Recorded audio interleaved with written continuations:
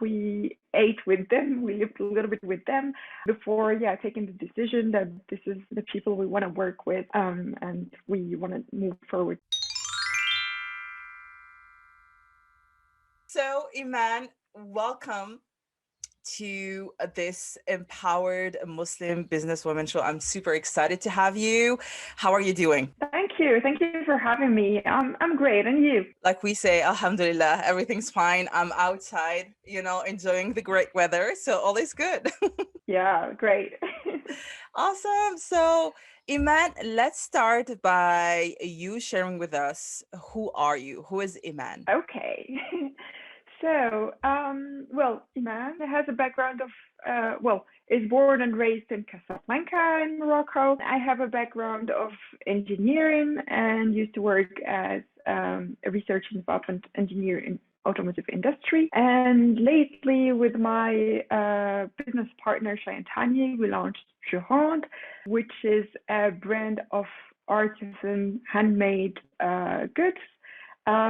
So our idea is to work with artisans from all around the world to showcase their talent, and what they can do, being ethical and environment friendly. And our three core values are beauty, ethics, and sustainability. So this is me for the moment. That's awesome. So you've made the switch from being an employee to an employer, and it's the perfect segue to the first question that I always ask of what were your top three struggles, becoming a businesswoman? Yeah, so going from the comfort zone of being employee and having our tasks, they're well known in advance. We have our schedules, to being a firefighter, having every day new things, new challenges, and the thing is that we don't know many things. So there are a lot of things that are just blurred, and we need to take decisions despite all of this, and never regret the decisions because it's the way it is. We need to move forward instead of just staying at our place. So that's So the main struggle. So definitely, I mean, when you go from an employee where you had, as you said, your missions to accomplish, you have your comfort zone, you're not doing it alone. First of all, you have colleagues, that can cover other tasks, to launching your own business where you got to be everybody, at the same time. Your accountant, your marketing exactly. manager, your sales, manager, everything. And it's definitely, I love how you put it, being, everything being blurred, and you got to take decisions, because again, nothing happens if you don't take actions, if you don't make decisions. And most of the time you make decisions without having all the information available to you. So, and as you said, don't regret your decisions, because this is the best that you did at that point. Yeah. On So launching your brand, did you had any struggles, for example, to find suppliers, because it's very specific, right? They have to be ethical. And from a previous conversation that we had, you made the point of, oh yes, so we do like a kind of background, research on the suppliers and how they work and all of that. Can you share that with us? Yeah, of course. So searching or looking for the suppliers, not calling them suppliers, I'm calling them just our artisans, because not being in this industrial world, we're more in artisanal world. It was not an easy task, because we can find a lot of craftsmen and women. So I'm talking about Morocco, because we started our adventure in Morocco, and unfortunately with COVID we could not go elsewhere. We'll wait until it's safe again to travel and to meet people, because it's a really human relationship before it being a business relationship. So for looking or looking for them or finding them was not an easy task, because we needed to to connect from a human being point of view, and also our values should align. So we just took a car and drove all around Morocco.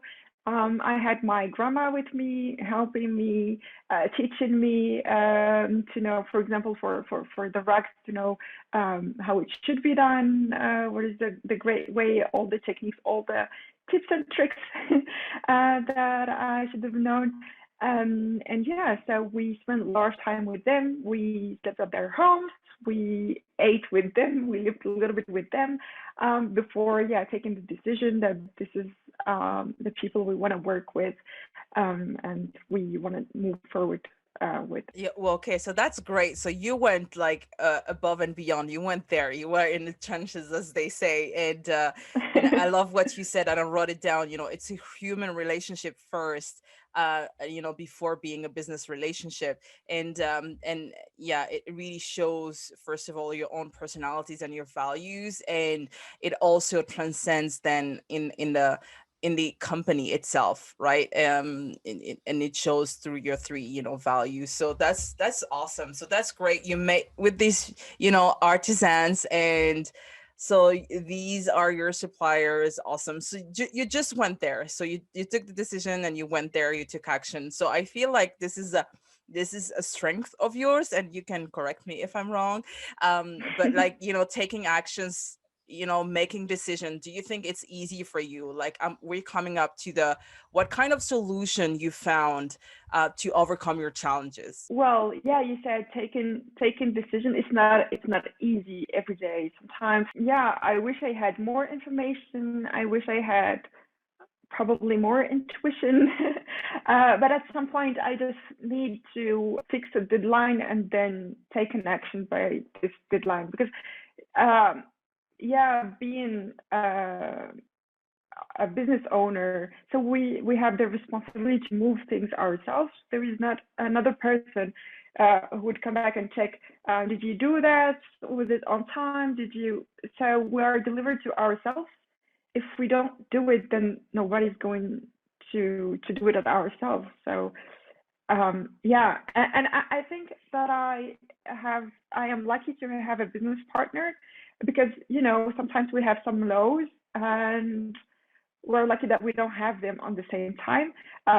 So she's here, she's there to do the cheerleader for me, and I'm also here to do it for her when it's necessary. So being there to motivate each other.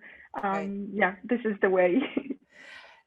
So great that you've brought up this point, because also I interviewed some of the businesswomen, Muslim businesswomen, that also had a partnership with. We never actually brought up the topic and what were the benefits and also non-benefits of having a partnership. But so for you, as you said, like having your partner with you helped you like beat procrastinate, like decision making procrastination, or like, decision fatigue, or even as you said, because the business life, if you're taking the entrepreneurial, life is highs and lows. It's a roller coaster in addition to regular life, Exactly. right? So it's for you, as you said, it's great to have somebody that helps you, and as long as you said, you're not down both at the same time. So how was it to have to have this partnership? First of all, I want to know, because from my past startup, Fit Fun Life, we were all remote. So one was in Germany, I was in France, the other one was in Egypt, and then when we grew the team, like everybody was like from all over the world almost. Uh, were you in the same city, or was it a remote business? Have you created a remote business? So, like yourself, so my business partner is based in Oxford, and I'm based in between Paris and Munich. So we are just working, and I think it was okay, because anyways, everyone had to work from home in the past year, so it was not a big deal for us doing it this way. And I think it's also a good thing, because we gotta develop the market in Paris, like in France, Germany, and in the UK. So it's more a strength than being a struggle to be far away from each other. No, I love it. Yeah, definitely. We also like kind of saw the same thing, for sure. So that it's definitely, a benefit of being remote. I want to ask you about productivity. How do you think because you don't really have a big difference in time, right? We only have 1 hour difference with the Mhm. UK. Mhm. So what did you find it easier or like m- more difficult because you had the experience to work with a company before doing that? Okay, what were the differences? Like, how did you feel about it? So sometimes it's nice to have the person in the same physical room, because we can, for example, just draw on a paper, and it's okay. We can see it together. We can also produce. I just give you a very simple example. We can produce content together. We can take pictures of the products, or like think of things, or just go in the street and talk to people together. That's really a thing that we are missing, but it's okay because, well, if we were in a world without COVID-19, we could just travel every once again to meet each other and to work together. But now, anyways, it's not possible. We view things like this, that we would go to either she would come to Paris and I would go to Oxford, or we would go to Morocco or to another place together to work together. But I think it's also interesting, this fact that we have two different backgrounds, and that we are seeing. Well, Europe is we can say at some point is not a homogeneous market, and it's also interesting to have these two different backgrounds, or three different backgrounds, to see how to tackle the different locations. Love it. Yeah. So there are more benefits than non-benefits, or like as you said, struggles to be remote for sure.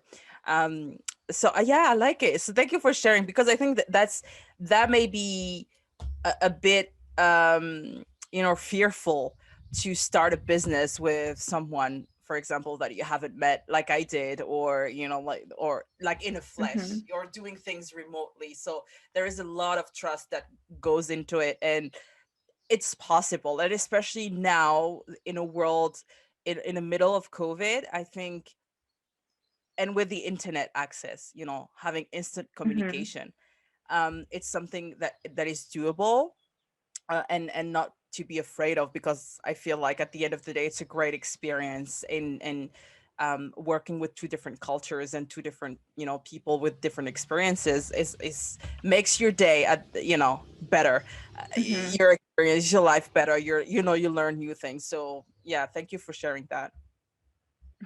Definitely, yeah. So you started the brand. Okay, you have to tell me how to pronounce it. Jurande, the Jurande. French way. Okay, so the French way. That's great. That's good for me.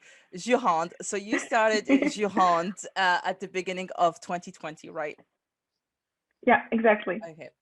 So if you had to go back in time, you know, uh, to Iman at that time, like beginning of 2020, preparing, to launch the brand, what is one advice you would give her? Oh, one advice I would give myself um, before COVID happened, because I was imagining that I would meet people in person. I would go to Fairtrade, so be more present and not shy on social media to bring the word out there. Because yeah, we were thinking we will focus more on a real interaction, and then the social media would come afterwards. Like, we will meet people in the real world, and then we will continue our connection over social media. But I think it's is the other way around right now. So I would say don't be shy and don't be afraid of the social media, and just go out there and share with people. Yeah, still like going, like making the decision of taking actions. I think, as a coach, this is really, I think, my superpower as a person. First of all, is to treat, like, to just go at it, even if I don't have the information, even if I'm afraid of it. I just take the first step. I was always the first person to raise my hand, when during activities, when people like, who want to start, and like nobody was like, okay, I don't want to go first. I was like, okay, I'll just gotta do it. I'm gonna break the ice. And it really shows now in my, business life, and also in my personal life. I always view things as an opportunity, and I think COVID showed us that. I think there were like two kind of thinking, like, oh, this is an opportunity, or like, oh no, this is a disaster, like what is going on. And I'm really happy to meet people that saw that as an opportunity and say, hey, I don't have all the information, my plan, like, no, I can't do it anymore. There is a quote that says, men plans and God laughs, because truly we never know what may happen. And as being entrepreneurs, you got to be quick to adapt to the situation.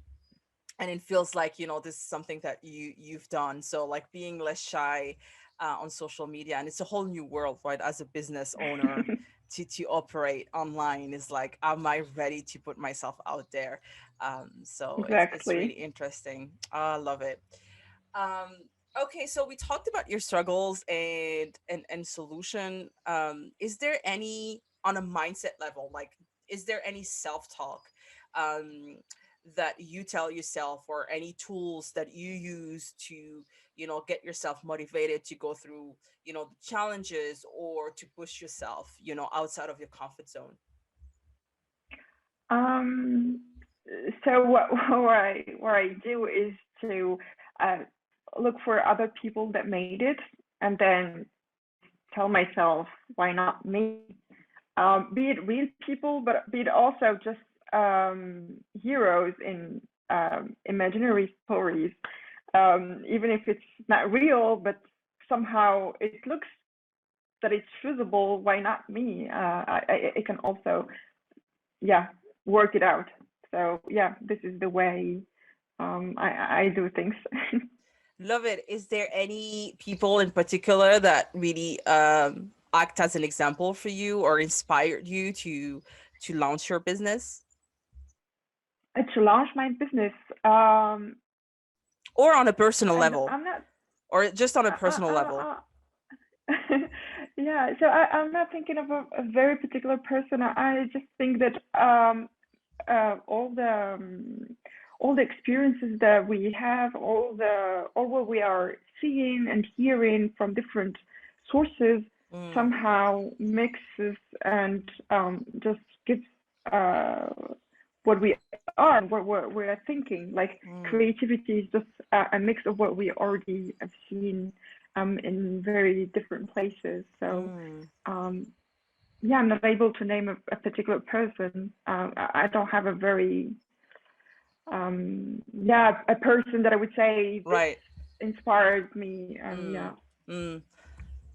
Yeah, I love the what you said about just life being an inspiration, like, and making you Hmm. who you are, and just, and we always evolving, and you're changing, through your interactions with your business partner, or like with the artisans, or just moving, from city to city.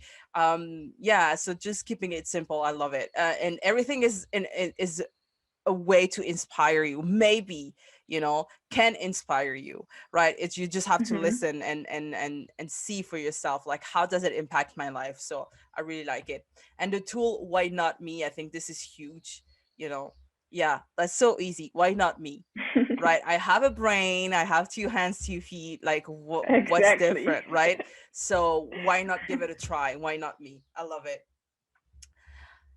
Coming to an end of this conversation, Iman, and if you want to come back, for sure. Again, as you, like I told you, this the first season is really to make it personal about the women, And Mhm. then if you the second season will be all about, business like techniques and strategies, and like what worked, what didn't, what you wish you want to learn. So definitely, if you want to come back, you're most welcome for sure.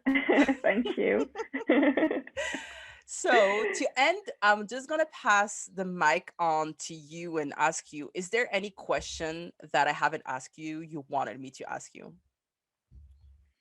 Mm, no, actually, before when we had our chat last time, you were asking about the challenges. Generally speaking, I was thinking of what kind of challenge as a woman as a woman I had, or as a woman here in Europe they have, and I figure out that I was probably privileged to um, have an easy life being grown in Casablanca. We didn't have any feelings of being less smart or being less capable. Surprisingly, this is not what we think when we are thinking about Morocco or about an Arab country.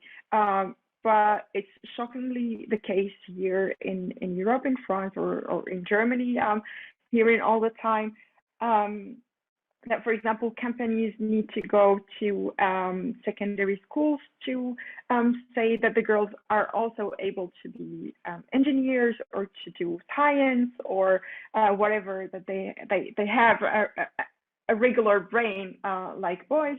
And yeah, I was really surprised by this, and I was thinking, yeah, what kind of challenge I had, but actually I figured out that it was really a great opportunity that we had in Morocco. I'm not saying that we don't have any other problems between like gender equality, but this particular point is really good there and not here. So all the time, girls were encouraged to do maths, to do physics, to do science, and it's we're never told, yeah, this is just the boys thing, and because you're a girl, probably that's why you're not good at this or at that. Um, so yeah, this is a good thing about not only Morocco. I'm sure other Arab and Muslim countries are Mm. also the same thing, and I don't know why it is the case in Europe.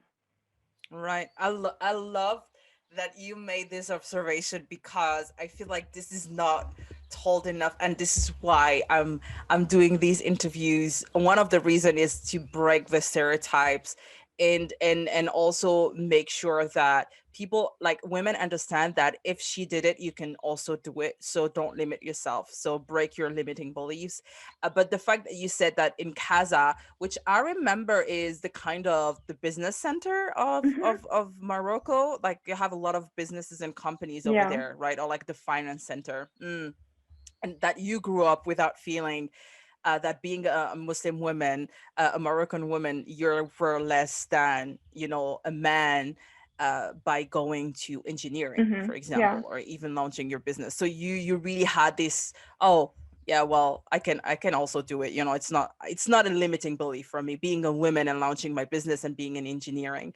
But you saw that in Europe, now that you live there, it is the yeah, case, like, yeah, 100%. And what you hear in the media is most of the time the opposite, yeah, yeah. you know. So I love that you're making this observation, and saying, listen, I grew up over there and this is how it really is. Hmm. So this is amazing, I love it. So now it's PR time. Can you share with us where can we find Jurande, and also, can you share with us what type of product you guys are selling so everybody can reach out? And I'll, of course, share all the links in the description of the episodes, whether as on YouTube or on the different podcast platforms. Okay, yeah. So YouTube, sorry, Jurande, we're making artisan made home decor, be it rugs and lightings, ottomans. So everything is handmade, fairly ethically, sustainably. And you can find us on Instagram _Jurande _. LinkedIn, Facebook, and also our website, which is www.jurande.eu. Yay, awesome.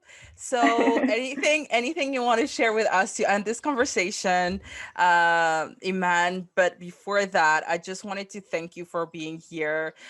Thank you also for doing what you do, because again, I love seeing women just pushing themselves and say, hey, like, I can do it, why not me? Just let me do my thing.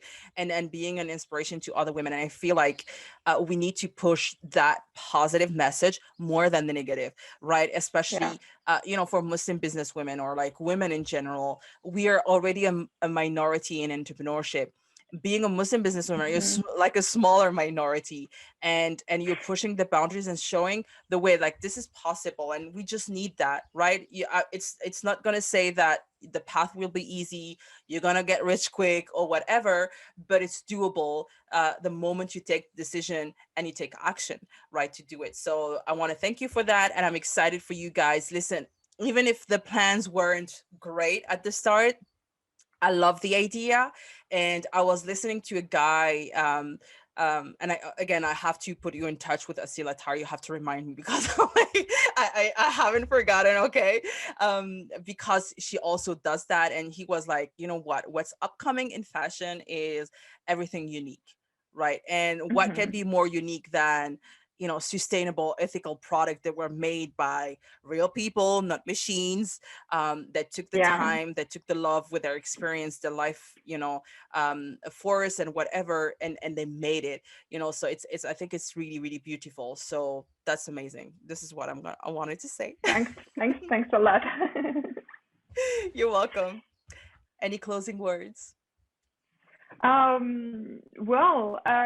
want to thank you for having me, and thank you also for launching your platform, for encouraging other women to connect, first of all, and also, yeah, to pursue their dreams, not dreams, but realities. Mm, Let's not speak about just dreams. There are realities. We can yes. do it. We can Yeah. make it, and Yeah. just let's let's make it happen. Love it. Exactly. We're stronger together. Let's make it happen. There is no reason why, we can't. And especially, let's think abundance, and I think as Muslims, when we see the world and the creator, Allah subhanahu wa ta'ala, it's all about expansion. Like the universe is always expanding. So think expansion. Hmm. Think like this is the moment to think big as human beings, and whatever you accomplish, that's great. Even if it wasn't the thing that you wanted to specifically, because you never know what life brings to you, but at least you push yourself, you're better than yesterday. So 100%. So thank you so much for coming, joining, and I'll talk to you very, very soon. Hopefully come back for episode number 2 for sure. Yeah, and perfect. and and then you'll share with us the the development of Jurande also. So finger crossed. All the luck to you guys. Thanks. Don't be down with the economy. These are just excuses. Just do your thing. It's a great project, and keep your eyes on the prize, as I always say. Yeah, thanks a lot, Fatima. Thank you. And yeah, talk to you soon. Yes. Hope to yeah, probably have a physical event Yes. with all the other women entrepreneurs Oh my probably and gosh, connect I would love together. that. That's a great idea. I haven't thought about it, but that's a great idea. Yeah. That Let's would meet be in really Paris. lovely. Let's meet in Paris. Oh yeah. I love it. I love it. Thank you so much. Take care of yourself. Yeah, you too. Ciao.